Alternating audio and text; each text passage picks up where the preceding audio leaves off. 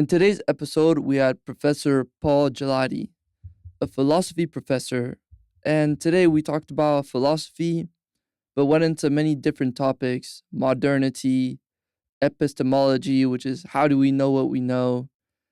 And through philosophy, we talked about understanding modern society, but also understanding history. And we also talked about, what are his favorite philosophers from Hegel to Plato.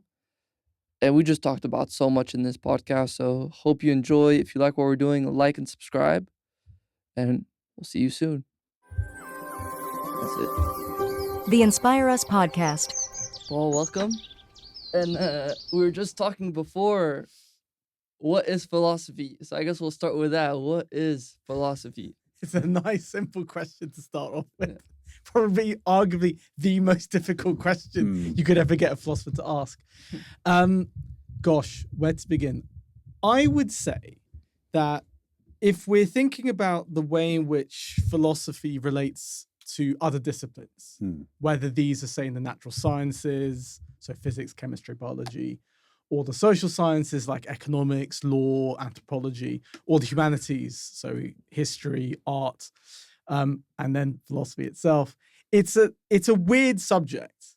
It kind of sits at this kind of liminal space between all of them, because I think really what it's ultimately in the business of is providing the kind of conceptual underpinnings of all the other disciplines. So to put it another way, what philosophers do is that we ask and try to answer more fundamental questions that other disciplines presuppose, and thereby set up the intellectual groundwork for more specialized discussion. So where a political theorist might be interested in examining voting cultures in public spheres, philosophers might just be more interested in asking a more kind of primordial question, which is, what is society? Is society a collection of people? Is it bound by a certain set of properties that emerge when you put people together? Is there an essence to a society? Is there a social construction of certain norms? Things like that. So I think what I would say is philosophy is really, it's the discipline which aims to ask the most fundamental questions that disciplines such as physics and the other ones take for granted, in effect. It's interesting because like physics and all these other subjects, you can only research, or your advances are only as good as the questions you ask, right? Yeah. And philosophy seems to be about asking questions. So it is, and so what you talked about, fundamental questions. What are the fundamental questions of philosophy? Yeah. So you're absolutely right to think that ultimately what philosophers are more proficient at, considering that the discipline is still ever going, is that they're much more proficient philosophers at asking questions than answering them. Because usually the answers can be vexed in all sorts of ways. But kind of typically fundamental questions would be things like the free will problem. So how is it possible to have a notion of moral responsibility or a notion of agency in a world that is structured by deterministic laws of nature?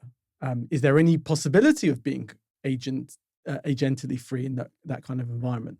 And you've got different schools of thought on that. Some philosophers try to think that actually you can be free within the causally deterministic world.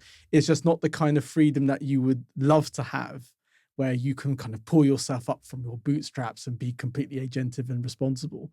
Other typically fundamental questions would be, for example, about the nature of morality. So moral obligation, the idea of duty, the idea of being bound by moral laws, that feeling of, I see an old lady crossing the street, I feel compelled to help her.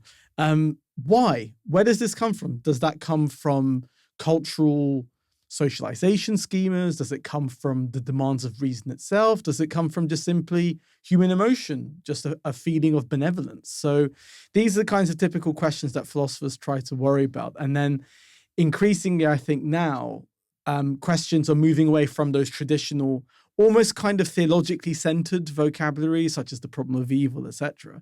And philosophers are more interested now in questions that I would say directly challenge the intersection of sociology and political theory now, given particularly the very interesting political times we live in. What are your takes on sort of the free will debate and the morality debate? What do you think personally? Ooh, gosh. So I would like to think of myself, and I don't have any settled view on this, which is a good thing, but I won't be slippery. It's like, well, from column A, from column B. I would say I'm more of what at least philosophers in the Anglo-American tradition call a compatibilist. So that's someone who thinks that the basic principle of causal determinism is true. So we are existing in a world that is comprising fundamental laws that we have no control over, and there is a kind of causal closure to how the world works. If you raise your arm up, gravity pushes it back down, etc. And you have all of the basic laws of mechanics, such as the law of inertia, etc. But at the same time, I don't think, unlike people like Galen Strawson, who's produced a really influential argument that moral responsibility is impossible in a causally closed world. For any of the listeners out there, check out the basic argument that Galen Strawson published in 1994. So you said moral responsibility is impossible. So according to what's called hard determinism, which is a branch of incompatibilism. So hard determinists think because causal determinism is true, you have no notion of moral responsibility. You can't be morally responsible. It would be illegitimate to claim that people are morally responsible, given that the world is causally deterministic. On the flip side, you've got another branch of incompatibilist positions known as libertarianism. Now, but libertarianism is not in the kind of political sense of, freedom is the most important goal and taxation is a form of slavery. It's not a form of that kind of libertarianism. It's more the sense that we are morally responsible. That's a kind of key feature of what it is to be human. And that gives us reason to question whether actually reality really is structured by these very, very strict causal laws of which we have no control over. And then the third camp, which I hinted at earlier, is the compatibilist camp, which thinks that you are able to be morally responsible in a causally closed world. It's just that we have to reorientate what we mean by freedom or agency. It's not the capacity to subvert laws of nature or to escape causal necessitation, but rather it's to make the most of our constraints within a causally closed world so that we have freedom within structures as opposed to freedom from structures, if that makes sense. Yeah. When you say moral responsibility, do you mean seeing the right and wrong of a situation and acting on it, or just realizing what is right and wrong? I think it's more in the way fundamental than that. It's in the way with moral responsibility, it's the sense that you can be praised for performing good actions and you can be blamed for performing problematic actions, or even blamed for not performing action. So inaction as a form of action itself. I think the key point about moral responsibility is that it's more about analyzing how human beings have, to use an expression from a philosopher that is really brilliant, Peter Strawson, so Galen Strawson's father. He uses an expression called a reactive attitude. So a reactive attitude is something like resentment. So someone treads on your foot. It could be deliberate. And you're hurt, you experience pain, and you tell them, ow, get off my foot. And it's those kinds of interactions where you try to understand, like, what is it in those micro transactions when you feel responsible for someone? You feel responsible for someone's pain. So the activity of asking for forgiveness already presupposes that, at least in the practical sense, you are morally responsible because you're asking for forgiveness. You are ascribing to yourself as having done something wrong that you should be blamed for doing. And then you want to achieve restitution. You want to achieve right by the injured party. So you ask for forgiveness. So that's the kind of interesting kind of discourse about moral responsibility, which I think is, I would say at least, is more philosophically engaging than the kind of traditional meta-ethical discourse about, are moral propositions true independent of cultural standpoints or cultural specifications? Are there moral facts existing completely independently of human beings? That kind of debate is kind of intellectually interesting, but it's a kind of cognitive gymnastics. It's more dissociated from real life. And I like to think that those questions about the dynamics of responsibility matter more for people. They shed light on a variety of experiential contexts. This aspect of morality is really interesting. And I was speaking with someone about this idea. He was telling me that in the West, we've become less moral, that he's kind of walking around and he's seeing, old people having to cross the street alone. And, you'll hear a lot of complaints. People will just see a fight going on and just watch and pull out their phone. Culturally, maybe they will say the English will just stay quiet and not, like, something goes on and no one says anything. Do you think we've become less moral? And if we have, why?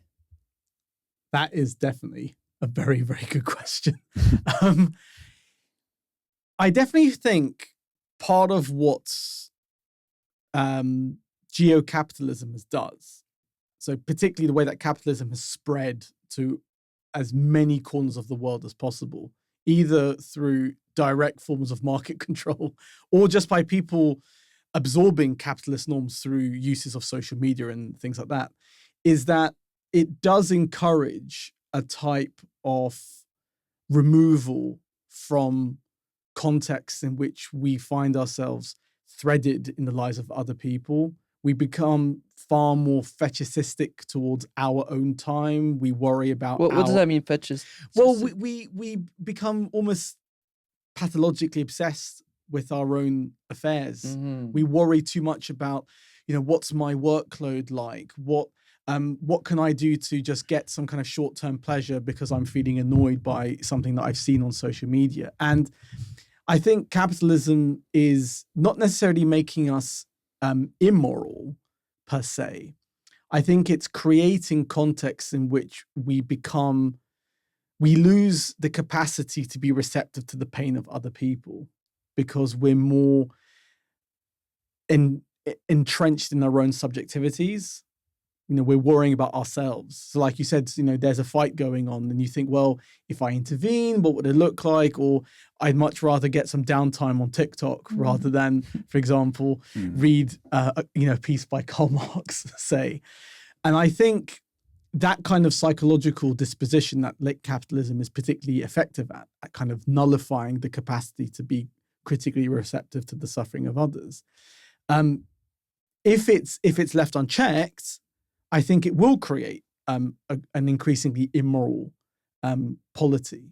But I think because people are aware of capitalism's dysfunctions, in terms of how it is affecting people's well-being, it is affecting our effective architecture, the ability to actually empathize with people, the ability to recognize cruel practices as cruel, as opposed to just bad behavior. I think because there is an untapped surplus of moral outrage at capitalism, even though, judging from the elections we've seen, there aren't any socialists being in power, but there is still a wellspring of resistance to it, and I think that's what's keeping societies across the world from kind of descending into a more kind of explicitly violent, almost psychopathical disposition towards the lives of other people. So hopefully this trend of being pathologically and fetishistically obsessed with ourselves will soon come to an end, particularly given in light of the environmental crises that we're seeing as well. But one could say this is just the product of capitalism. Yeah. I mean, this is Smith's idea. It's this pursuit of self-interest. Perhaps as capitalism sustains itself over time, this is just our destiny, our fate, because we have a system based on this self-pursuit. And perhaps some could say that's a good thing. Our society is at its best when everyone's constantly pursuing their own self-interest. But I guess it's, where do you think that comes from, though? That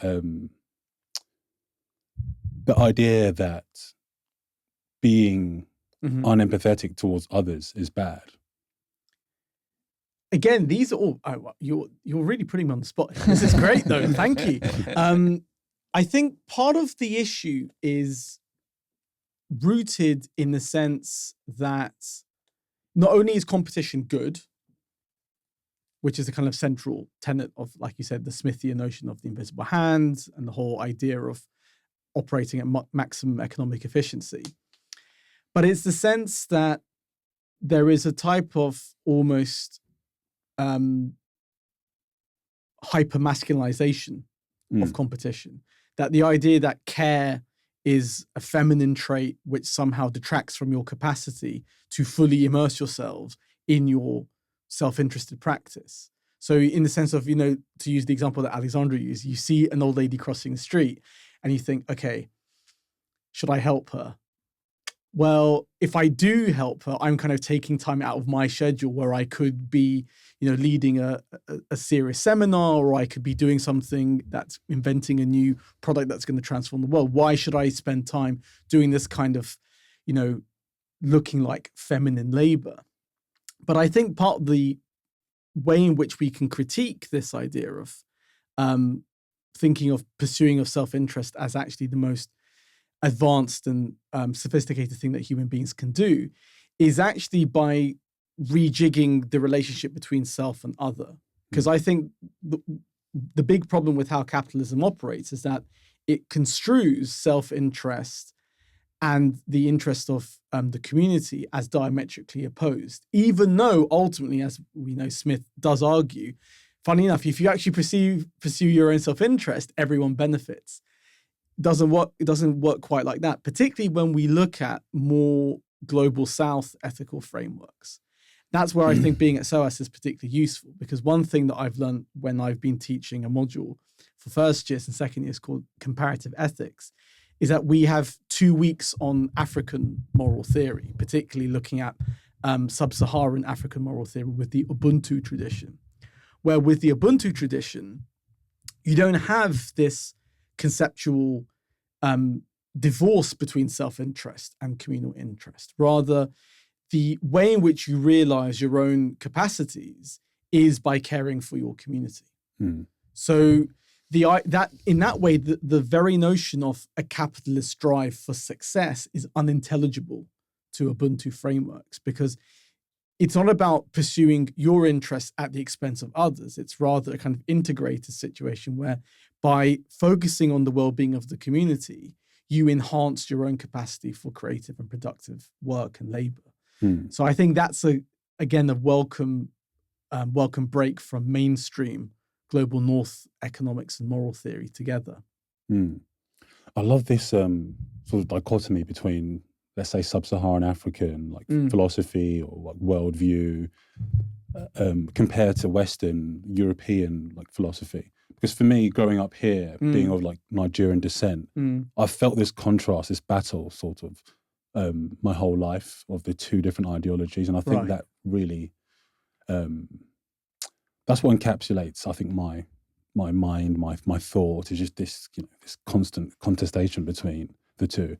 And it's very, very, very interesting how these two sort of parts of the world have devised their own method of thought. But one could say perhaps they're just a product of their environment. So in sub-Saharan Africa, the reason why they were very communal based were because that environment required it to be. Perhaps something about the European thought help it flourish and survive in Europe. And so who's to say one's better than the other or one's less moral than the other? Absolutely. I think, though, what we can do by thinking in these kinds of global and comparative models is that, like you said, instead of moving into this kind of frustrating discourse that we have, as you can see it, for example, embedded in certain right-wing circles, where as soon as we're talking about celebrating global South discourses and conceptual frameworks, that means that the bedrock of Western civilization is under threat. It's far from it. If actually the way in which you enhance civilizations is by constantly cross-pooling resources together. And I think what's particularly useful about the way you phrased it in terms of this, you use that very poetically lyrical expression about the kind of contestation, the struggle between the kind of West African discourse, particularly, thinking about both the pre-colonial context, the post-colonial context, and of course the whole history of the UK and its imperial and colonial histories, is that Europe is as a category, it's just as almost complicated in many ways as regions of the global south. And I suppose what is very interesting about the way in which the kind of progressive decolonial discourse tends to operate is that it's very good at complexifying the global south. So India is not this just homogeneous smash. Ghana is not this monolithic totality. But it tends to, at the same time, the decolonial discourse think of Europe, strangely, as monolithic. But Europe has moments, very curiously, it has moments where you've got radical theories of intersubjectivity, where you think about the relations between people, not just viewing people as socially atomistic and hyper-individualized, isolated from others, where this is particularly developed at length in early 19th century Prussia by philosophers like Fichte and Hegel. And this is still not mainstream in the Western mentality. When we think of the West, and I see it all the time in my students' work, they always think of classic liberalism. You know, my freedom is guaranteed through a social contract with you and others, and that what ultimately is freedom consisting in, it is freedom from interference. So the kind of classic John Stuart Mill harm principle, liberty principle. But then when you look at 19th century German philosophy, particularly, like I said, Fichte and Hegel with their development of the theory of recognition, it's a totally different vibe. Totally different vibe. What is the vibe? The vibe is much more about how what I owe you and what you owe me co-create society. That we are in a fundamentally speaking vulnerable situation where we recognize the precarity of resource, we recognize each other as potential threats, but then what we learn to overcome is our obsession with control and domination, and we pool resources together. You know, I move from wanting to contain, as Hegel called it, the master-slave relationship, where the first moment of interaction between one rational subject and another rational subject is the life and death struggle, where you say, I'm going to achieve recognition by making you submit to me. We realize that that's not a way of building community. We have to operate through sharing vulnerability, being able to precisely build polity out of vulnerability rather than thinking of vulnerability as something which needs to be despised or needs to be overcome through hyper-strengthening the individual conviction. And it's curious to find in ways that students at SOAS really like comparing that sub-Saharan Ubuntu framework with the 19th century Prussian framework. Even though, and it's a very strange reality that we find ourselves in, that someone like Hegel, who is responsible for really the most egregious forms of Eurocentric philosophy of history. You know, if you want to see kind of the granddaddy of Eurocentrism, look at Hegel. But at the same time, this bizarre man has resources that are taken up and transformed for all sorts of progressive purposes by the likes of Frantz Fanon.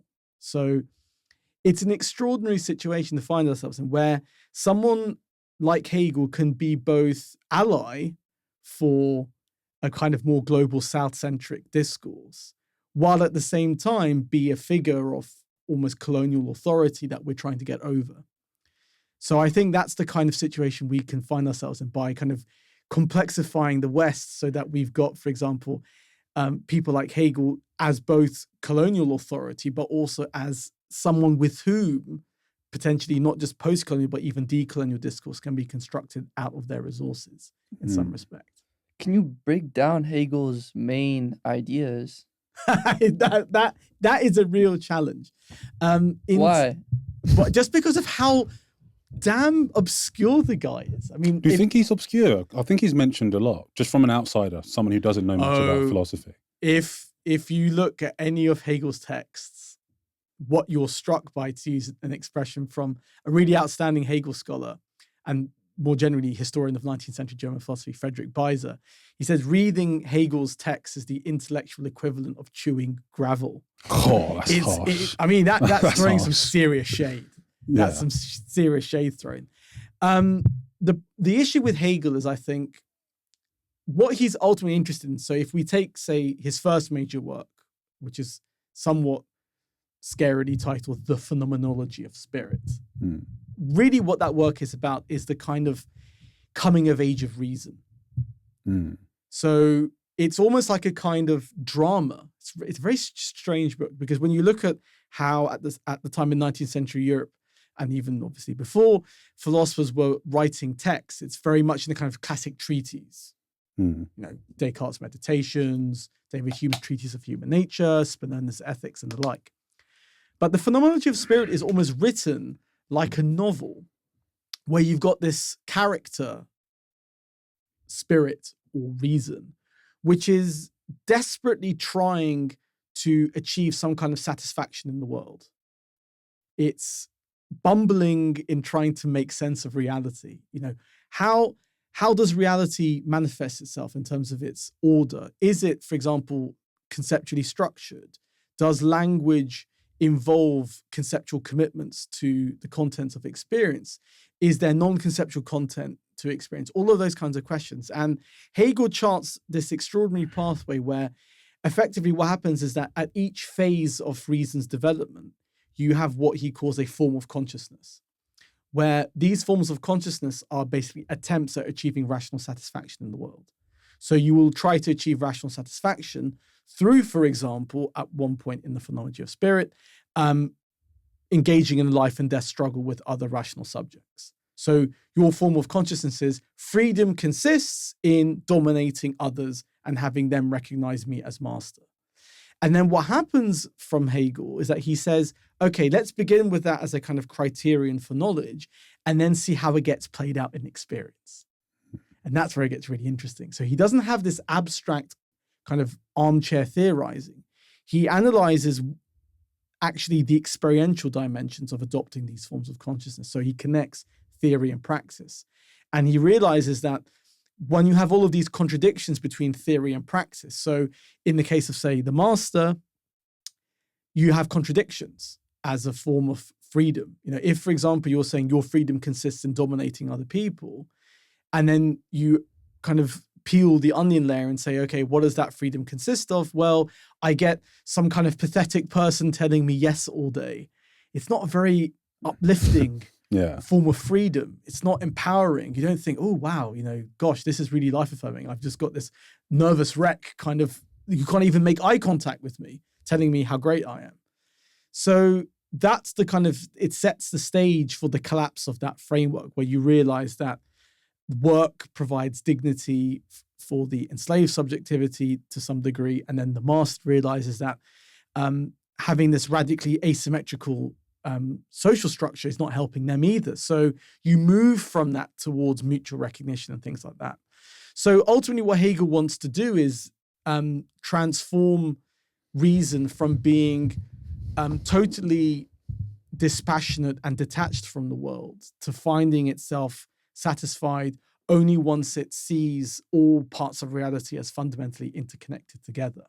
And that's the ultimate kind of form of consciousness that he achieves at the end of the book, where he says reason has achieved what he calls absolute knowing, which is not necessarily having a kind of God's eye perspective of things. It's rather an ability to be self-reflective of the entire history of reason itself. So it's not exactly a shallow claim by Hegel in that book, but it's more about trying to analyze and come to terms with the sheer weight of history and socialization in the development of our concepts, and to celebrate our embodied subjectivity as well, that we are ultimately historical, social, fallible beings, and we are just trying to make sense of the world as best as we can. We stumble, we fall, we constantly make mistakes, but as he puts it very beautifully, the fear of error is the fear of truth. So ultimately, the more we experiment, the more we achieve freedom itself. So that's just, one part of Hegel's work. And then you've got arguably his main piece of scholarship is called The Science of Logic, which I definitely won't go into just because it would terrify most of your listeners. Why not? It's just so dense in terms of the actual subject matter, because effectively what Hegel does at the end of the Phenomenology of Spirit, he says, okay, you've read this, 800, 900 page piece of work. That's just the starter. What we now need to look at is the kind of metaphysical concepts behind the Phenomenology of Spirit itself. And that's where he leads to the logic itself. But the really, I think the most impactful work, certainly for me, that Hegel produced is his very, very beautiful work on social and political theory called The Philosophy of Right, which was written in the latter stage of his career, where he provides one of the most interesting critiques of capitalism, I think, ever seen in the Western canon, at least. It's actually more Marxian than Marx in various ways. But I'm happy to talk about that if you wish as well. Please do. Okay, I will be brief because I'm sure you've got other questions that you want me to attend to. But one of the key things in that work is that Hegel is analyzing effectively the development of modern civil society. And he's looking at a kind of development of capitalism where he sees capitalism as creating a situation where you have an emergence of a particular kind of underclass, what he calls the rabble. Now, he doesn't mean that in the kind of derogatory sense. He's not a kind of Tory politician going, oh my God, these bloody peasants, etc. It's not also something like in Parasite, the film, where there's kind of like the whiff of the poor bothers Hegel. This is far more actually intellectually sensitive and deeply moving actually at times, where the rabble is conceived of Hegel as a logical feature of capitalism. Now that poverty is not accidentally connected to capitalism, it is actually logically built into the capitalist framework itself. That capitalism's success depends on the production of poverty and the exploitation of this underclass that he calls the rabble.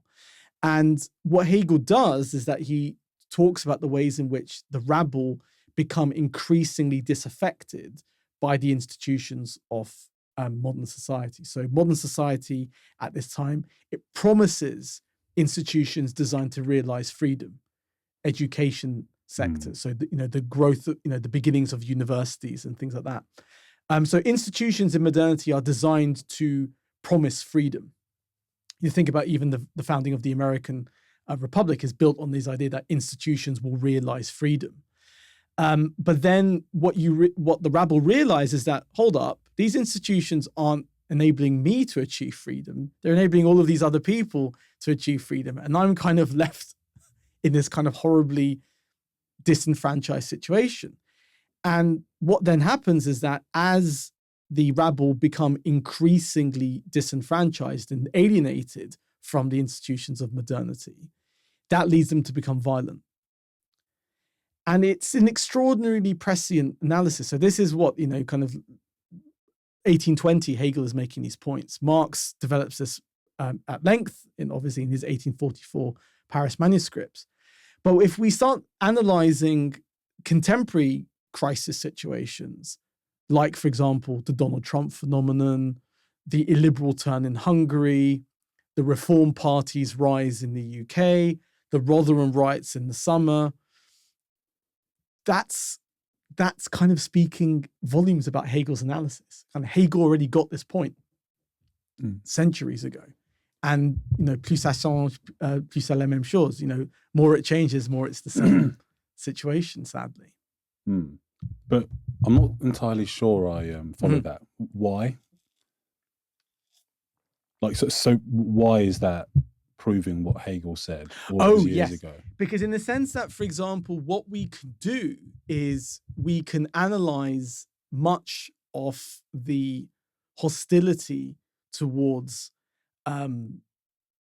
migration, particularly now, the war on woke, as it's called from the right-wing circles, is that because the hostility actually comes from feeling utterly disconnected from institutions, where these institutions seem to be only invested in the freedom of other people rather than the freedom of the folks who feel left out.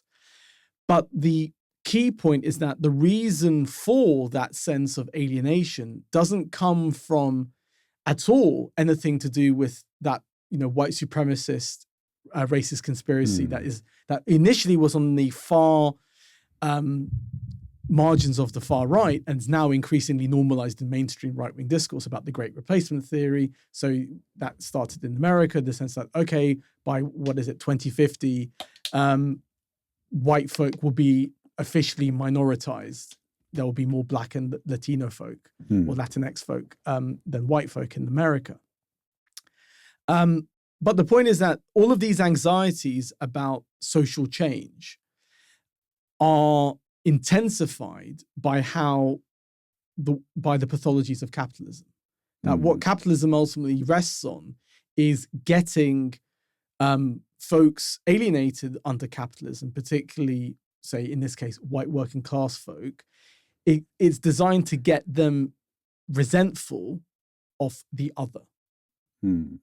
So queer folk, trans folk, people of color, when ironically, the very people who are responsible for oppressing them are the ones that they're voting for. So, in the case of, for example, Donald Trump, what he's doing is saying the reason why America is being screwed, allegedly, is because of, DEI. Nigel Farage has even just been saying Britain is enthralled to left-wing school teachers and academics poisoning the minds of young folk. But people like Nigel Farage are emblems of capitalist exploitation whose wealth is predicated on thievery and the like. So what we have is this very, very peculiar situation where the underclass that has been created by capitalism is being whipped up by capitalist elites effectively to maintain the integrity of the system. And it's very different to see what happened. It's very different to what we're seeing now to what was going on, say, in the mid to late 1960s in the US, where you had folks like Fred Hampton and the Black Panther Party who were able to form coalitions between anti-racist activists and also white working class folks who were experiencing intensely alienating features of capitalism. And that kind of rainbow coalition, as it was called, was such a threat that Fred Hampton eventually was assassinated because he was able to speak through the noise to get white working class voters to see Black Panthers are not the problem, queer folk aren't the problem, Latino and Latina and Latinx folk aren't the problem. The problem is the way in which capitalism operates. And we need to pull together to combat that. So that type of discourse that we saw in the late 60s, sadly, that's not happening now. What's happening now, there's almost been some kind of tragic regression into silos where we're not able to pool resources together.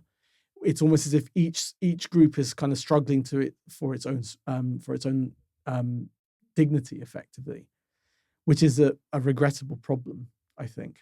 So essentially, Hegel is saying that through capitalism, there's bound to be this alienated class that is going to be whatever you could call them, the poorer class or whatever. Mm-hmm. And following that, there's been this success of, you could say, right-wing politicians that have called and talked to this, is it the rebel class? Yeah. And they found success by kind of speaking to them, even though Hegel says that they're part of this, system that is actually creating that class. Mm-hmm.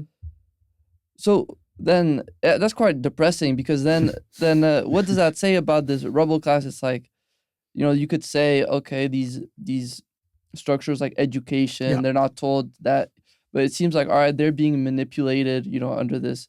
They're not seeing that they're being, so are we stuck in this continuous circle?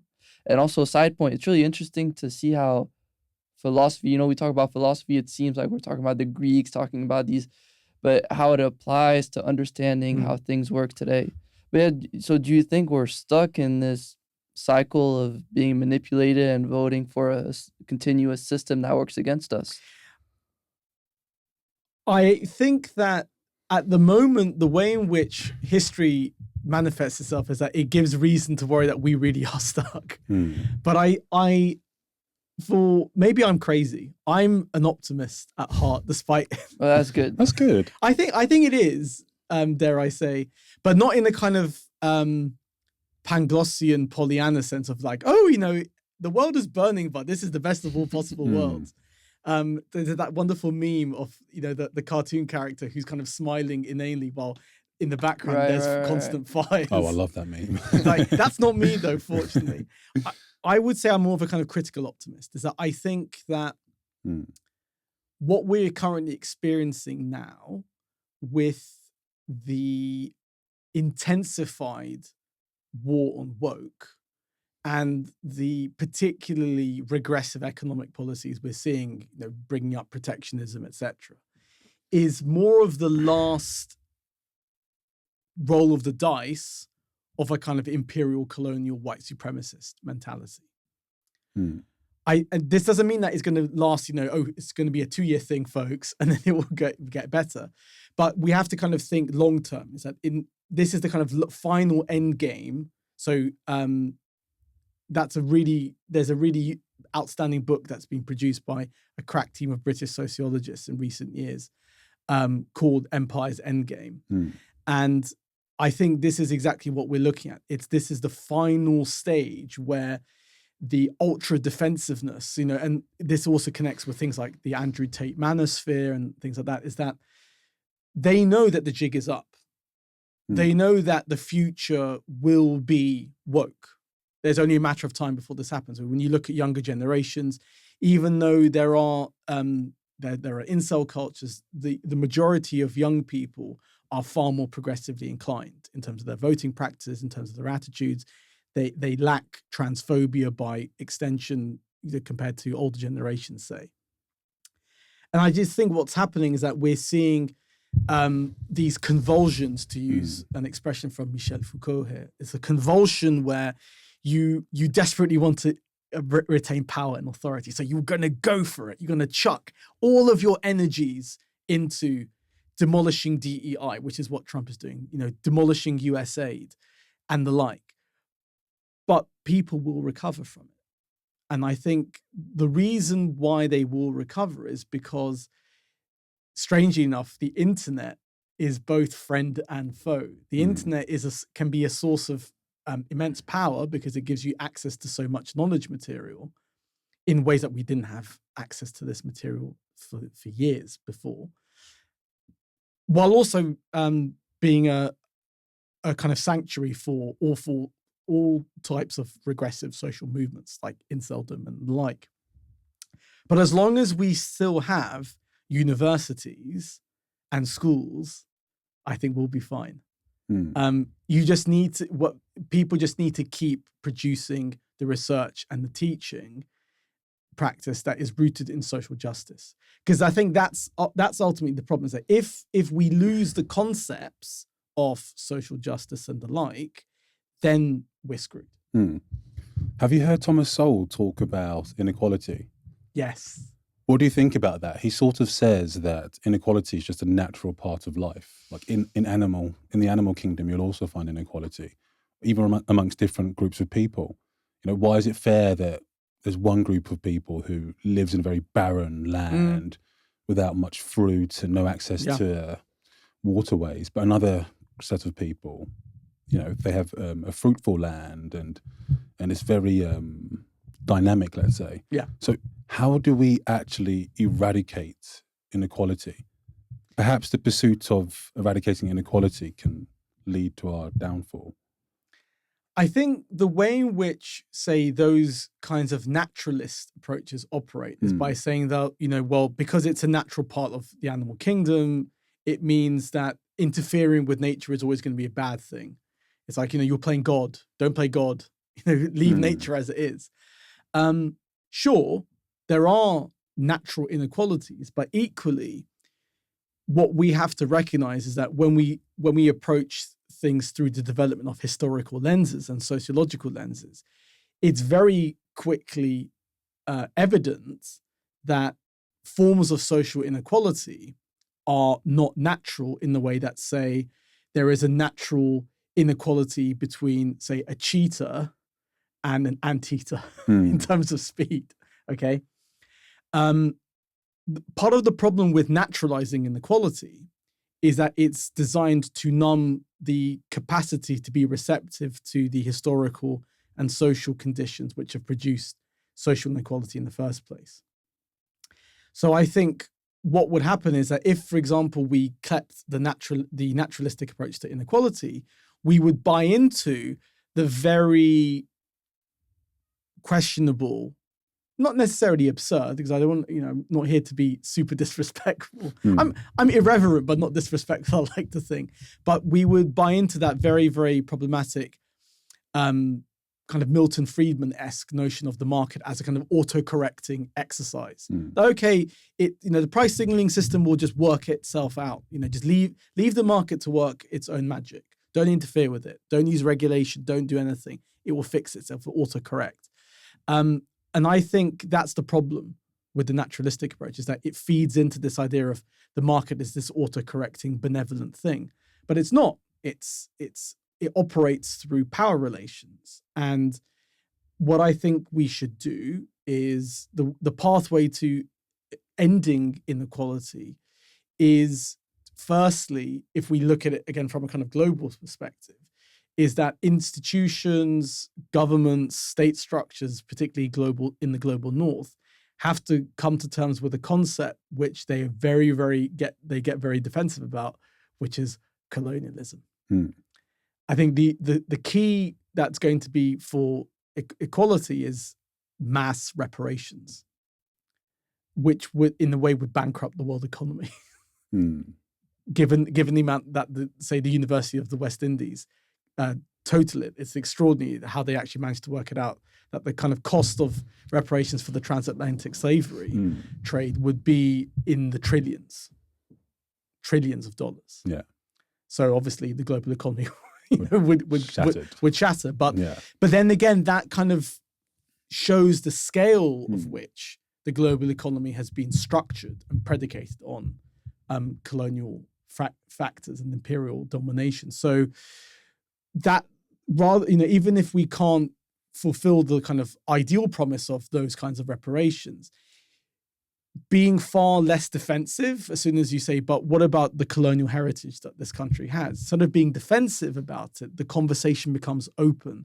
And I think, like, you used a very powerful example earlier about that kind of conflict between those two formations, the Nigerian perspective and the British perspective.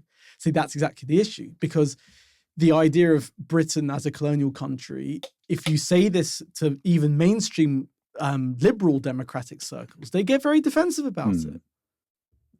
Look at the London 2012 Olympics show. It was all cool Britannia. There's nothing about what they did in terms of concentration camps for the Kikuyu people in Kenya in the 1950s, where they even reproduced the Auschwitz motto in the gates of the concentration camps. People need to be far more honest about their national histories. That's not hating the country in a way. That's actually probably the most patriotic thing that you can do, because you want the country to be better. You want it to be a place of healing. How else can you affect relations of equality if there is a fundamental power dynamic which excludes people's dignity from being attended to? But I think inequality is very complex, because even when we talk about DEI, because obviously we want everyone to have the same opportunity, and even there's heavy inequalities just straight from birth, just being born into a household with the parents together, that have a caring education. Already that's a very inequality. But it's like, if the goal is to dunk in basketball and you put me against LeBron James, there's only one winner. I think I'll probably lose, Yeah. Or you put me in a race against Usain Bolt, and then I train all my life, and Usain Bolt just, I'll probably lose. So there's certain inequalities in the individual, even when we look at IQ, you know. Mhm. Some people have low IQ, some people are born with high IQs. That it's an inequality that Mhm. we can't, no ideology can no matter how good it sounds that we want to all be together, Yeah. we can't and also it's funny, we hear this a lot, diversity is our strength, but at the same time, that same people who say that ideology also want to say, we have to be equality, but diversity is our strength.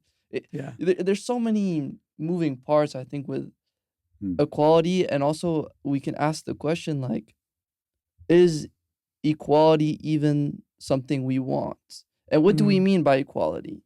Yeah. I mean, it's a great question because I think there are two different concepts in play here. So you've got the notion of equality, which is very much within the kind of liberal tradition in at least the European political theoretic history of just treating everyone the same.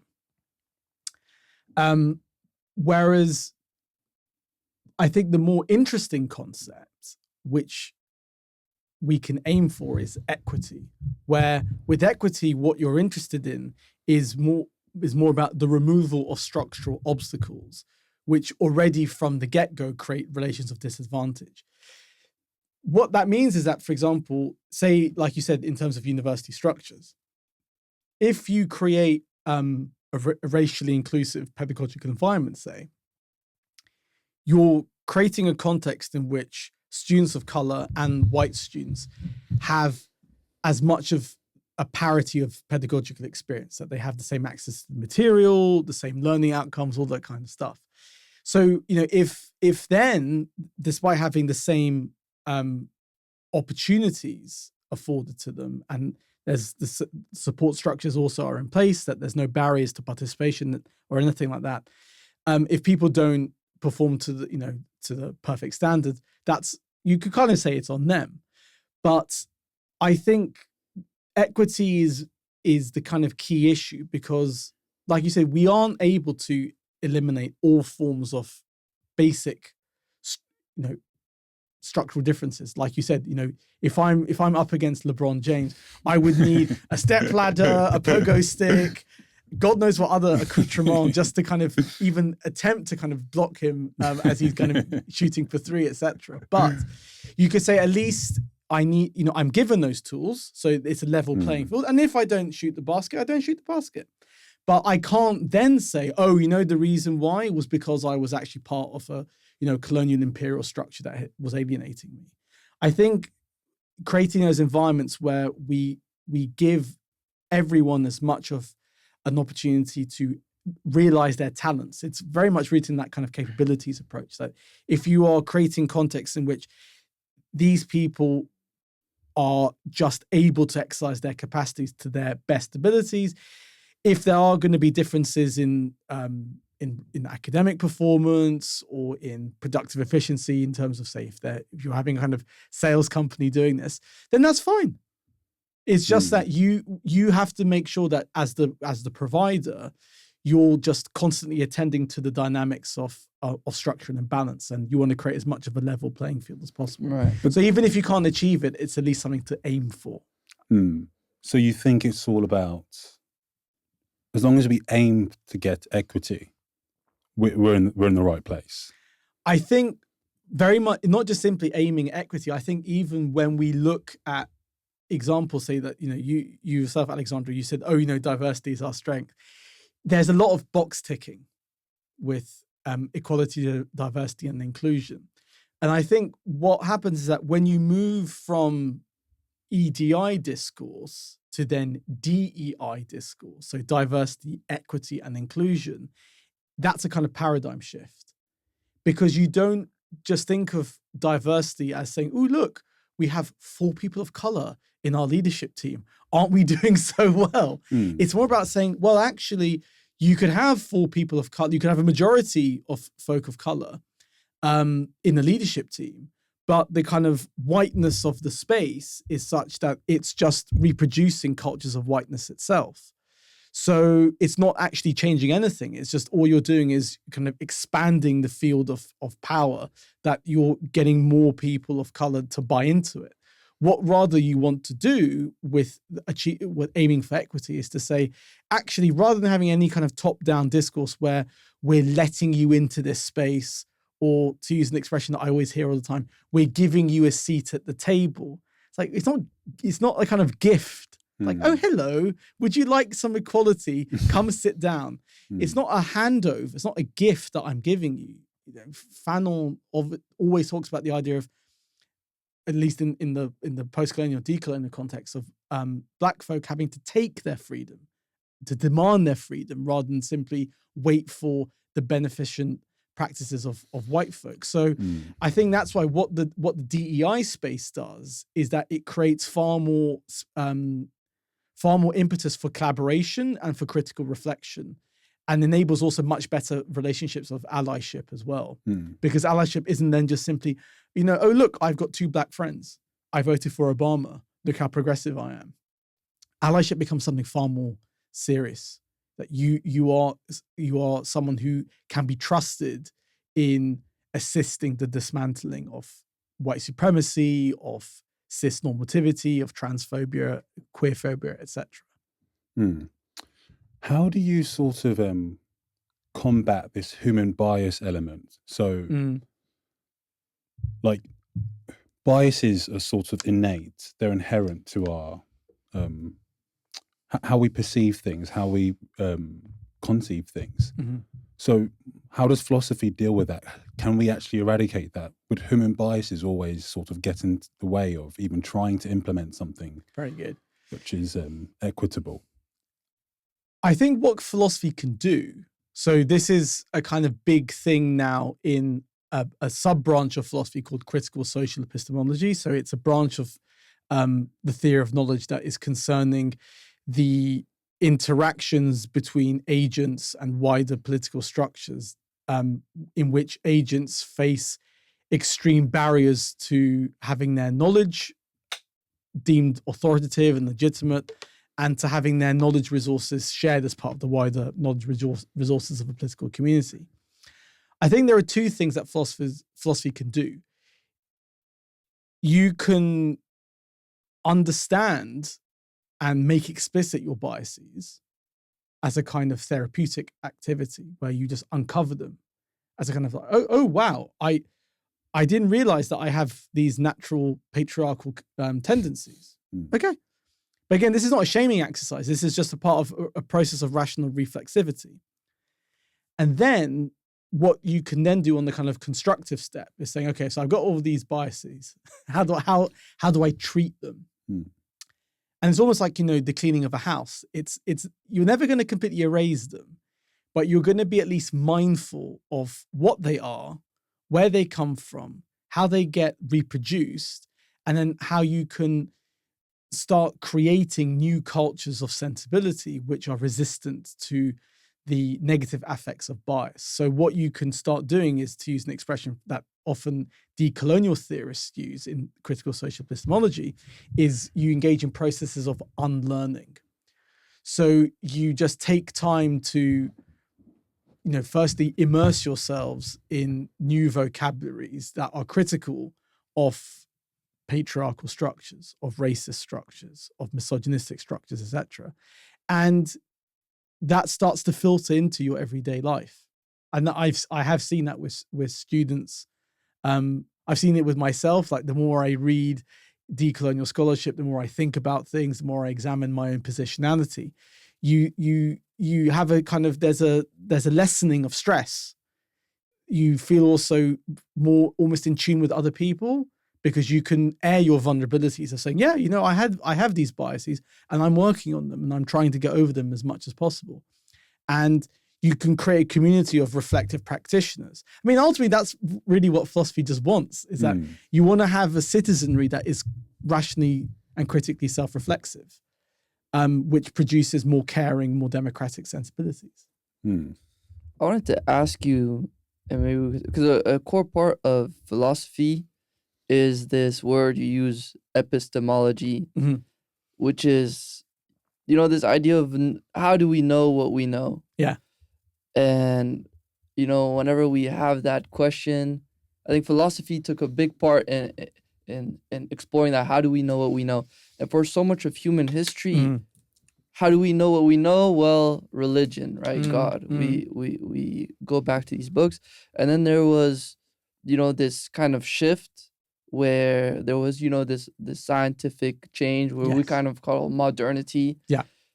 Which, happened with all these big thinkers with philosophy, and you had this, how can we say it, the epistemic switch in the way we think we understand things, and we had this switch from religion to science. Yeah.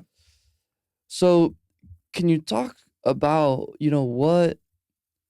how philosophy explained what epistemology is, and how do we know what we know?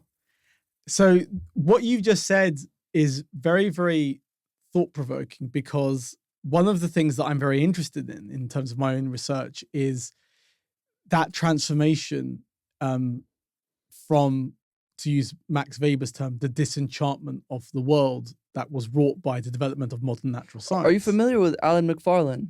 No. He talks a lot about it. About disenchantment? Yeah, this anthropologist.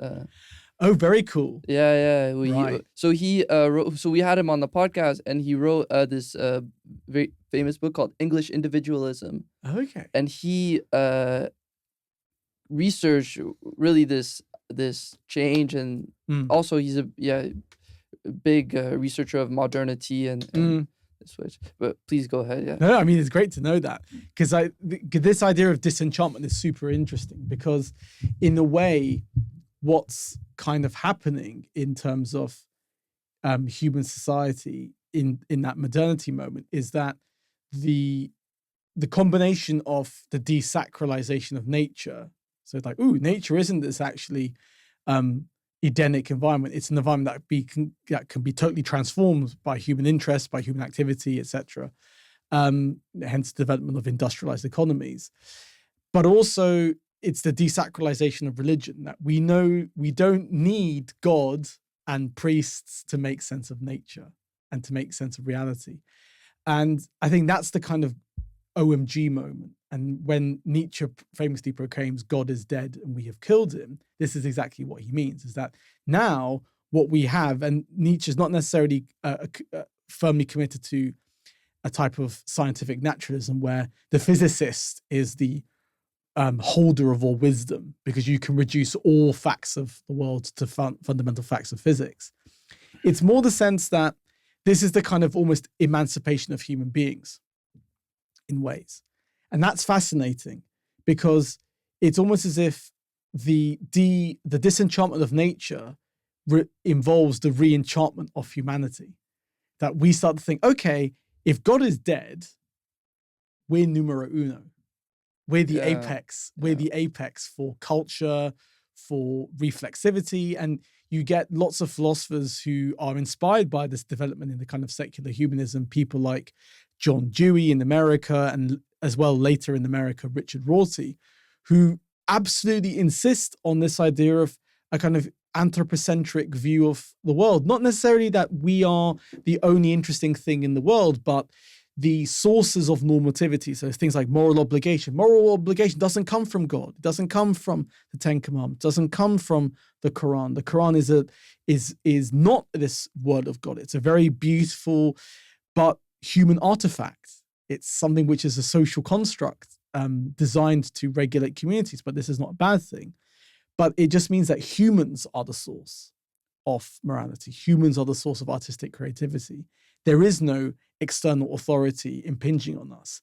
And that's kind of a heady thing to have, is that it does give you, to some degree, a lot of confidence. But then, as we were saying earlier, that this is where it gets dangerous. Yeah, and that is a drastic switch in all of human history. Like, you have Massive. this. Absolutely. And that completely changes how we see ourselves and how we operate in the world. All of a sudden, now we are the superior man. We are the ones who understand things. We are the ones who create knowledge. Instead of, we're the one who seeks truth, who creates truth. And then the death of God some people argue that we'll always need God, and then now we have new gods of science and religion, and now the scientific method is the new God. But I was speaking with a friend about this, that he was explaining that this modernity and switch in how we understand things, creating the superior man, is what led to colonialism. Because he was basically saying that it created this idea of, we have an understanding that is greater, and anyone who doesn't have that yet and doesn't have this modernity way of life, it's our duty to kind of to kind of take over, like we feel superior. And he was also, explaining how that also integrates with how trade was starting and the trade routes but yeah, it's just a very significant switch in how we understand things. And many could argue that a lot of the issues that now we're seeing today are to blame by modernity, this thing that was supposed to solve all our problems. Yeah. Well, yeah. I mean, that's a really, really elegant and interesting way of phrasing things, because in a way, what you find is when you have, even before the 19th centuries, extraordinary developments in natural science, so evolutionary theory, thermodynamics, electromagnetism.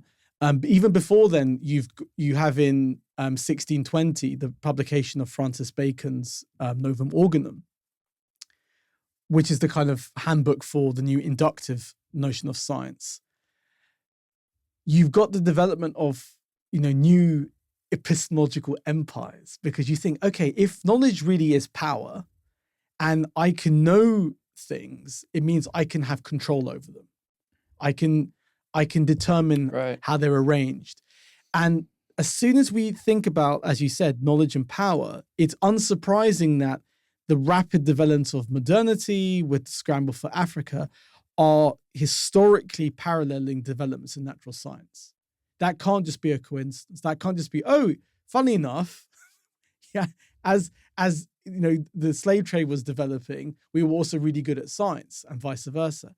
I think it's because what happened is that our ability to develop increasingly sophisticated analytical categories for making sense of nature meant that if we can make sense of nature, we can make sense of others. And it's the activity where making sense of things had been kind of pathologically transformed from a sense of wonderment, where you go, wow, I'm struck, to use Immanuel Kant's expressions, by the starry heavens above me and the moral law within me. So that kind of, you're trying to work through, and ironic, Kant was a horrible racist, despite having that kind of really beautiful poetic line. The sense of, that kind of wonderment of sense making becomes suddenly, no, what I will do, as you said, is that I will force nature. I will force others to conform to my standards of rationality and the like. And then that's where we lead to in terms of the pathologies of modernity. So, as you said, modernity was supposed to be heralding freedom, but then it resulted in environmental collapse, the degradation of so many people's lives, cultures, territories, bodies, etc. And you're kind of left wondering, well, what do we do now? If modernity ultimately is encapsulated by the Holocaust, say, so Theodor Adorno, that brilliant Frankfurt School Western Marxist, very famously said that after the Holocaust, there could be no poetry. There's no more poetry after Auschwitz. And you can kind of see why that's the case, is that if this ability to develop increasingly sophisticated mechanisms leads to, inexorably, the gas chamber, where not only is genocide committed, but it's industrial. It's the most horrific form of cruelty that human beings can do. Surely something has gone horribly wrong with modernity. It's not that modernity just kind of went off the rails. It's not like we're on the skateboard and we're going, whoa, I've been trying to do an ollie and it hasn't worked out. I need to get back on the board. So no. This has maybe actually always been present in modernity. And then it just got hyper-pathologized because of the economic success that they had. So, what Leopold II did in the Congo, what was going on with industrial genocides across territories, even what's going on, for example, say in China with the concentration camps of the Uyghur people. Some things happen that the world has been transfixed by this ability to think of knowledge as power, that it's the power to destroy rather than the power to create and care for. So in a way, this is going back to those discourses about Hegel. Is that where are we in the history of reason? Because Hegel obviously thought that towards the early 19th century, we're in a good place. By the kind of 1850s, even though Hegel died in 1831, the kind of expectation was everything will be fine. Obviously, it wasn't. But we kind of have to still think about where are we? Why are we going back now to increasing forms of violence? Is this because we're struggling to deal with the unintelligibility of certain things, and the way we render it intelligible is by forcing it into a category to make sense of it, as opposed to taking breath and reevaluating our own conceptual frameworks rather than trying to kind of force anything that's unintelligible to become intelligible, say. And perhaps we're being a bit too overly critical about modernity, because I can't remember who said this, but humans don't tend to kill or hate people who they see as like them. It only comes when they see someone else as being subhuman or completely different, or another race almost. And this is just something which has been part of human nature, is to want to subjugate those who are different to you. Because, I mean, we had the Arab slave trade, which was before modernity. There's been so many atrocities before modernity. Exactly. So perhaps modernity exacerbated it, but underneath it was still there. Yeah. Like, we can't blame this all on modernity. This or the horrible of humanness. Yeah, the horribleness of humanness, as Alex said. I mean, there's always been that undercurrent, and I totally agree with that, because we don't want to be in a position where, as some critical theorists do, they just say, okay, modernity sucks, Europe sucks, everything sucks in the global north. The global south is this kind of paradise that, before the European colonizers ventured into the Americas and Africa, it was this haven of creativity. And Frantz Fanon has a brilliant put down of that. He said, famine didn't exist in pre-colonial Africa. Like, that never happened. Of course it did. I think you're absolutely right to say that what's happened is that Western European modernity has accelerated certain processes, for sure. But I think what we can do collectively, given as well the increasingly globalized nature of the economy, despite obviously the rise of the neo form of protectionism now that we're seeing, is try and see how each culture has been affected by the normalization of capitalism in its form of life.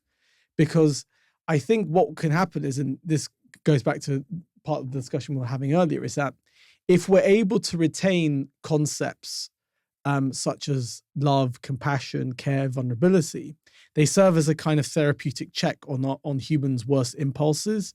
So in a way, the thing about human beings is that we're capable of terrible things, but also we're capable of doing great things. And I'm reminded of a quote which is similar to what you had said, but slightly different, where it's Nelson Mandela talks about how we're never born hating people. Human beings our primary affective attitude, and I can prove this because I have a 15-month-old toddler. When she was born and I held her in my arms, she smiled. It wasn't a kind of frown or anger saying like, "What are you doing here? You're a threat to my autonomy. Get out of my face." The natural human response is affection, trust as a type of rational developmental priority to distrust, which also explains why people, when they experience traumatic events, it's precisely a trauma, is because that developmentally prior notion of trust collapses. And I think what will lead to human beings only becoming, horrible and violent, etc., and buying into their worst natures, is if we create social, political, and economic contexts which erase the breathing space to remember the priority of trust to distrust, the priority of love over hate, etc. And I think that's why we're at a very, very challenging time culturally and educationally, because if reactionary forces create contexts that they wound knowledge production so much that resources for ensuring that caring life worlds can't be reproduced, if you erase the kind of conceptual underpinning of that, and you even create cultures where people forget their capacity to be empathetic and loving and affectionate, it means that then human beings will be lost. And we might never, and it will take years and years to recover from that. And that would be terrifying. That is something which I am scared about, in all honesty. So you think there's a world where human beings lose their altruistic side? It's a possibility. As I said, I'm a critical optimist. I think that we will be able to prevent that from being realized. But there is absolutely a logical possibility that can happen. There is a possible world out there in which human beings lose their capacity for effective praxis, that they become immersed in a type of hyper individualized, selfish, almost cruel behavior where they relish the suffering of others as opposed to find that horrifying. Very true. But sometimes I do think we focus on the negative. I mean, even in this hyper-capitalized or atomized world, rather, you still see extraordinary levels of magnanimity and kindness and love. And, people go on the streets to protest for causes which are so far away from their regular lives. I mean, and we see this all the time. But for me, this is this fundamental part of being human, and this can never be eradicated, regardless of what economic system we have. This will always be a part of us. As you said, we have great capacity to be good and great capacity to also be evil. And that is human nature. And just trying to, balance this. It's this constant fight between the two. As you said, the key thing about protest is, I cannot agree with you more on this point, is because the brilliant political theorist Hannah Arendt has this wonderful expression where she talks about power, but she talks about power not as this ability to get people to do things, where that can be a form of repression or violence, but power as a kind of creative or productive activity, which comes into form when there are people. It's like where there's people, there's power. And it's a sense of, I think, if you have public, the fact that we have public space, it's a kind of key feature of urban environments, despite all of the, sometimes slightly terrifyingly claustrophobic experience of being in an urban context. You have public spaces where people can go on protests. That's the kind of lifeblood of keeping human beings proactive and caring, because it points to use an expression from another philosopher that I have huge admiration for, Axel Honneth. Honneth uses this notion of this untapped normative surplus. So it's like when you see, for example, struggles for recognition. So you see queer pride, you see Black Lives Matter protests. It gives you a sense of life affirmation, because you see that, for example, despite all of the attempts to negate these life worlds, to render the lives of folk of color, of trans folk and the like, unlivable under particularly oppressive regimes, the ability to come together with allies is a celebratory aspect of humanity, which is a source of joy. And I think that's something which doesn't get talked about enough. Is that, particularly at institutions like SOAS, where all of the talk about, the post-colonial and decolonial is always about the oppression of capitalism, the oppression of racism. It's like, sure, no one is denying that these are kind of quite horrible environments, but it would be a hugely, ironically, with terms of racial and ethnic discourse here, hugely culturally imperialistic and racist to say that folk of color can't experience joy, or that trans folk can't experience joy, or that queer folk can't experience joy, or gender non-binary folk can't experience joy.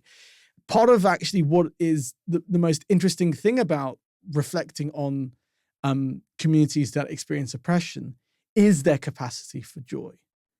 And Desmond Tutu makes this point very explicitly in his work on Ubuntu, where he says, it's despite all attempts to dehumanize you, you still retain your humanity, and others acknowledge that. And I think that's as you said, that's the kind of thing that we are always kind of working through.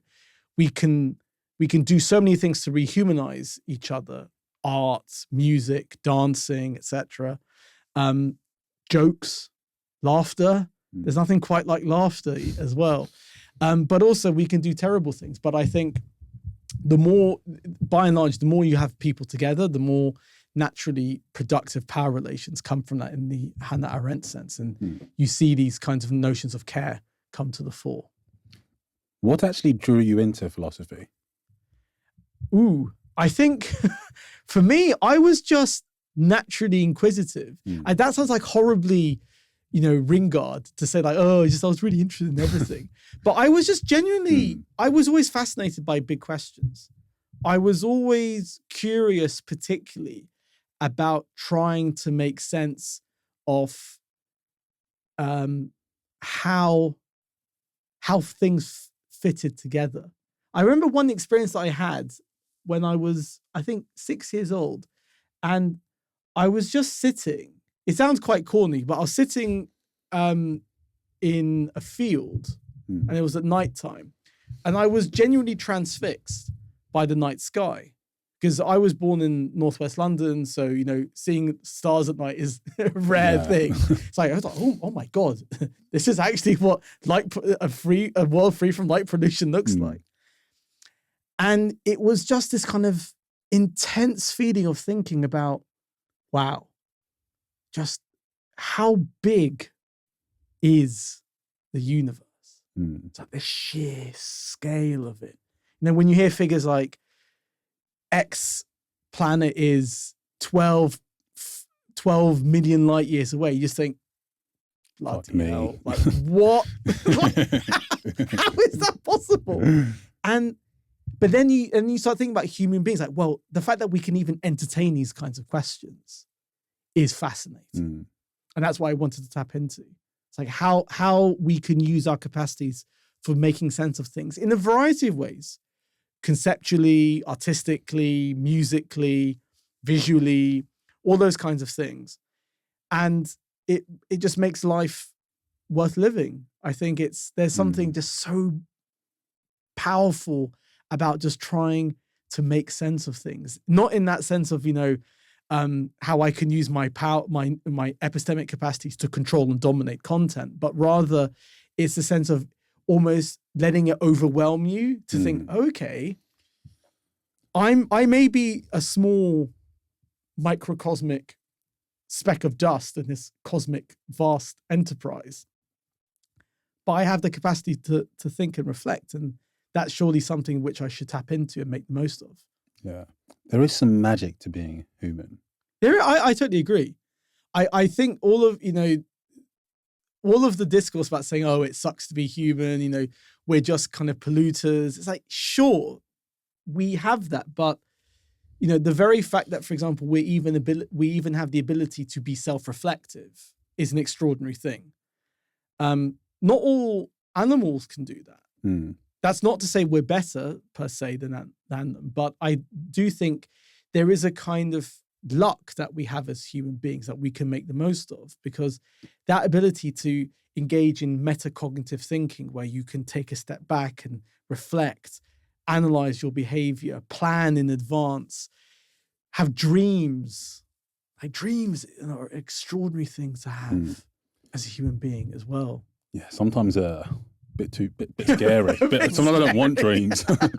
Yeah, when you have good dreams, like just so the listeners are to clarify for listeners, when you have good dreams, they're truly wonderful in terms of just thinking about how again you can connect yourself with nature, with others, that sense of sociality, that sense of community. It is a privilege in ways to be human, and that's why I think, given the discourse that we're talking about, there are kind of certain obligations that naturally come with that. So, the desire to keep the human species going, not just simply as a kind of survival instinct. We're saying, well, we want to be around so we can keep on engaging in mass deforestation. That's not the reason. The reason is more that because we have the ability to creatively tap into our capacities for sense making, which is an immensely progressive thing to have. For me, it's art. That's what really just... I get overwhelmed sometimes, like our ability to create beautiful things and symmetry and proportion and shapes and colours. Because that's something that's also very unique to human beings. And the creation of art is sort of solidifies us or brings us together. We can all get round and look at a piece of art and it all makes us feel something. And it's something so primordial, something so innate. And it sort of, Roger Scruton says this, it consoles your sorrows and amplifies your joys. And it's, for me, I find it so beautiful because I couldn't live without art, whether that's music or architecture. It's just, it really makes you feel more human. I mean, myself and Alex were by Westminster Abbey and we were just staring, looking at the Gothic architecture, just silent. And it just makes you feel so complete, so grounded, so connected to yourself. And I think that's that is the magic of being a human being, and not many other animals have that. Or I think, what other animal kind of has this idea of beauty or kind of organize their nest in a way that looks nice? That doesn't really matter for them. They have this very basic way of living. It's about eating, sleeping, shitting, fucking, and that is just the beauty of being a human. But I think the art point doesn't get emphasized enough. So this has been certainly a point that lots of 19th century German philosophers emphasize a lot. So Schopenhauer was a right miserable bastard. Well, I feel like all philosophers were. Him particularly. I mean, this guy had he's the father of pessimism for a reason. More than Nietzsche. Way more. This is why I'm going to... Funny enough, I was going to talk about Nietzsche in just a second. So Schopenhauer, despite being a miserable bastard, has this amazing moment where he talks about music. And he says that music is this pathway to redemption for him. So, all of life is kind of horrible for him. Just can't wait to commit suicide. But then music comes into the picture. And it's this transformative experience. And given his very serious and welcomely non-orientalizing engagement with Buddhism, it is that kind of pathway to liberation from the samsaric cycle of birth, death, and rebirth and re-death. And I remember always being struck by that. Even though I can't stand most of Schopenhauer's work, I was always struck by that as an undergraduate. I thought, wow, that is really beautiful. And, good on you. Good on you, Arthur, for finding joy in life. But Nietzsche is the most interesting one, I think, because of how he thinks of art as redemptive. And I would say kind of his notion of art extends to visual, material, and auditory art as well. Because he thinks of art as well as kind of tapping into not just simply our creative capacities, but there's also a kind of erotic content to art where you're at your most alive when you're producing art. You're engaging in experimentation. You're playing with things. There's a kind of enrapturement, and you can kind of see that when you mentioned that you looked when looking at Westminster Abbey, even the kind of Gothic building can inspire that kind of awe. Why were people crying when Notre Dame almost burnt to a crisp? Because there's something shocking about that kind of level of beauty going up in smokes. But then also, if you look at kind of even modern architecture, such as the Gherkin. Yeah, the Gherkin. There's also something quite there's something interesting about the gherkin in a way that even if you find it objectionable, it kind of still makes you wonder, it's like, ooh, about the kind of shape or form. And then you've got even, I would say, pieces like Frank Lloyd Wright's Falling Water, which is just, for me, I can't get that out of my head sometimes when I think about it. And my partner, who's an architect, she introduced me to his work, and I thought, wow, this guy is, I should have become an architect. Just the idea of building houses into nature as opposed to seeing them as a kind of affront to nature, that kind of organic architecture. It's extraordinary to think about what human beings can do with these forms of artwork. And then you look at something like Van Gogh's brushstrokes, like the intensity of the strokes, you know, there's so much angst and pain and joy also written into it. So I think Nietzsche is absolutely right about art as this redemptive feature, which is a welcome break as well from the kind of disenchantment that we have in nature. That, you know, yeah, scientific theory can blow your mind, but it doesn't necessarily feed the soul in the way that artwork does.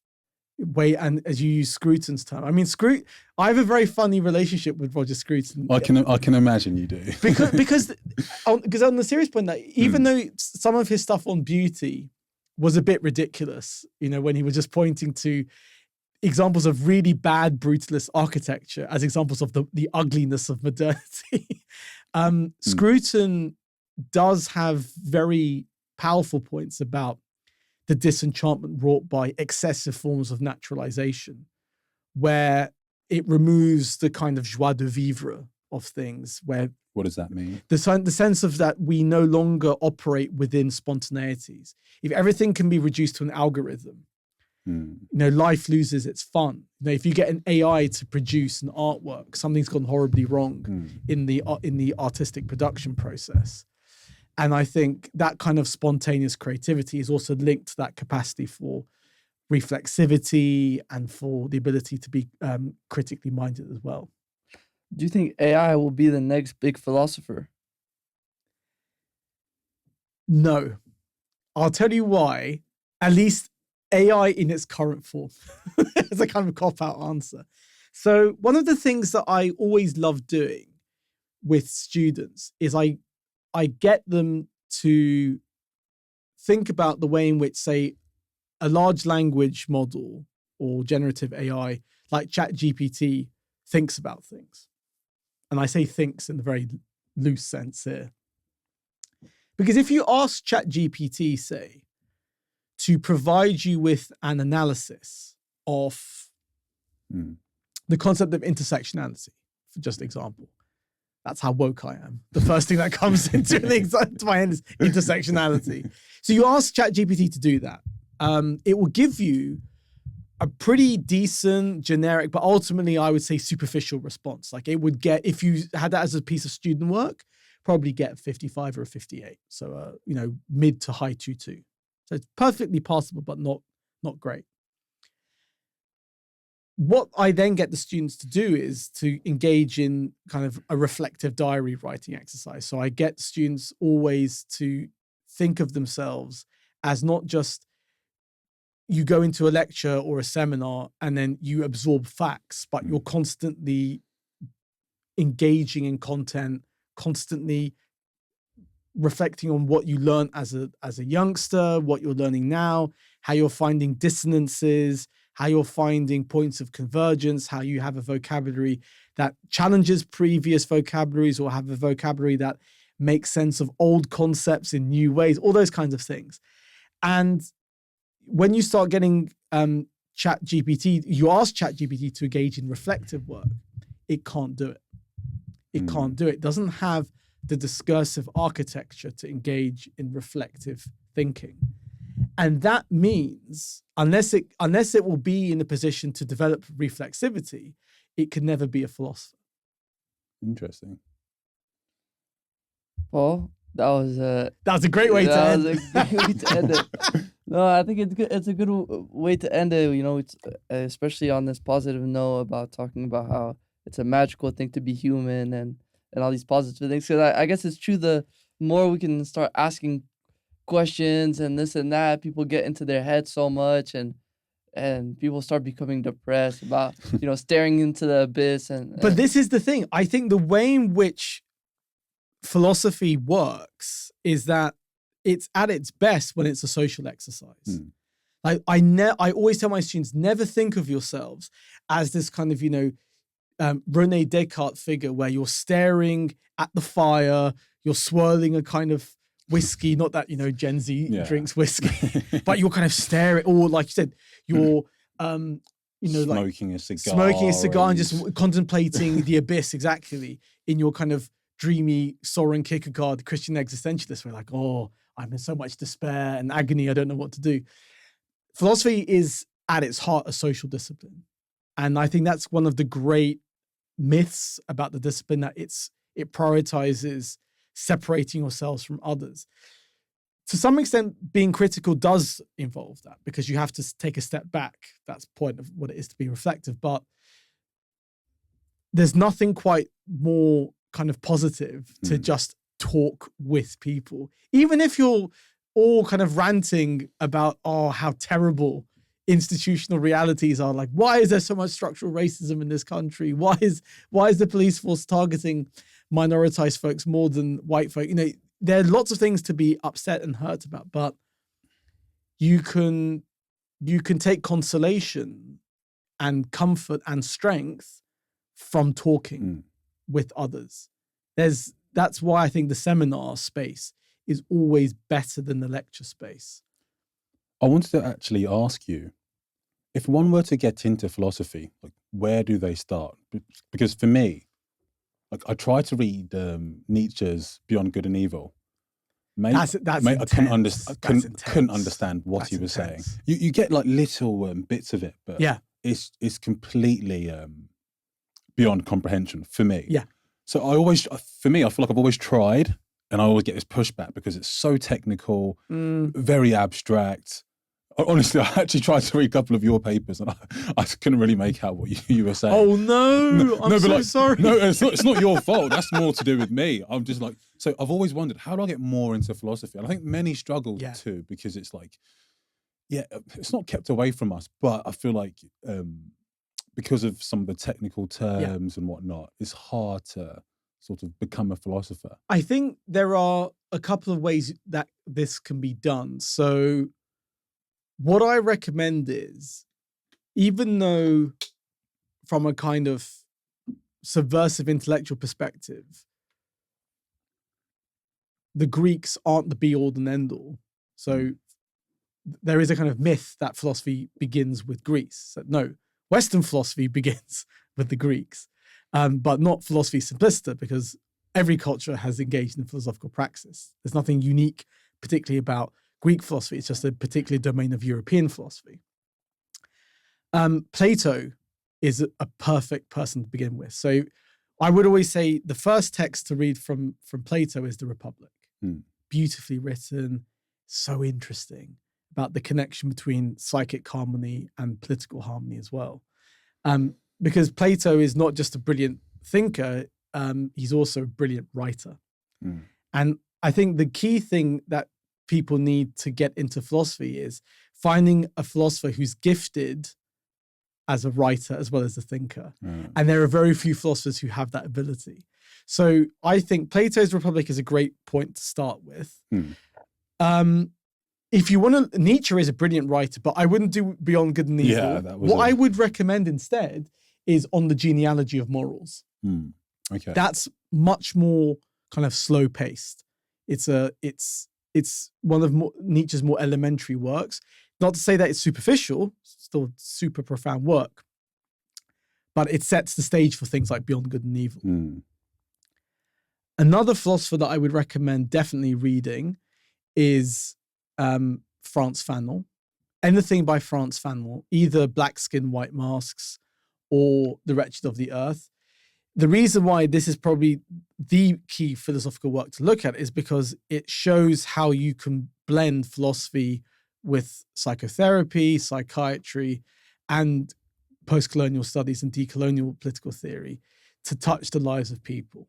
And Fanon is an example of a formidable philosopher who avoids needless technical jargon mumbo-jumbo and just kind of moves you. Hmm. Another philosopher to read, and I would just recommend any of her work, Gillian Rose. Gillian Rose is probably one of the most underrated and underread women philosophers, certainly in the Anglo-European canon. Because I think for one thing that she is known for, which is she was trained in the kind of mainstream Anglo-American analytic tradition as a student at Oxford. And in an interview very shortly before she died, very tragically of cancer in her mid-40s, she talked about how when she was being trained at Oxford, she said something like this, and I hope your listeners will forgive me if I get the reference, the quote not quite right. She said, "We were trained to be clever and supercilious, but our training didn't feed the soul." So when I used that expression earlier, feeding the soul, that's kind of a homage to Gillian Rose. She wanted to produce work that feeds the soul, that doesn't simply show you to be clever. So it's not just cognitive gymnastics, it's that you have to touch the lives of people. And she does that in a lot of her work. Iris Marion Young, brilliant political theorist.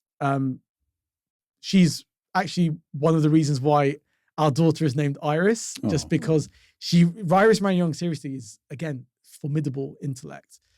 Justice in the Politics of Difference very much replaces equality with equity as a key part of feminist political economy as well.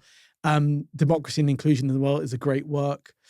And I would say the other final work to look at is a kind of more of the intersection with philosophy and sociology and feminist thought would be Patricia Hill Collins's Black Feminist Thought. Because again, you have an example of a thinker who uses philosophy to make the public sphere a better place. And there's no excessive terminology in Hill Collins's work at all. It's very much rooted in that kind of use your theory, use your words to speak to people as equals. Don't try and impress them with flashy terminology. Don't restrict the language only to those who are able to participate in university seminars. Make it as accessible as possible and as stimulating as possible. And I think Hill Collins is one of the best at doing that in her work at the intersection of philosophy and sociology. Okay. Well, thank you ever so much for those recommendations, and I'll be sure to get a book list from you after. Paul, thank you so much. That was great. Thank you. You're very welcome.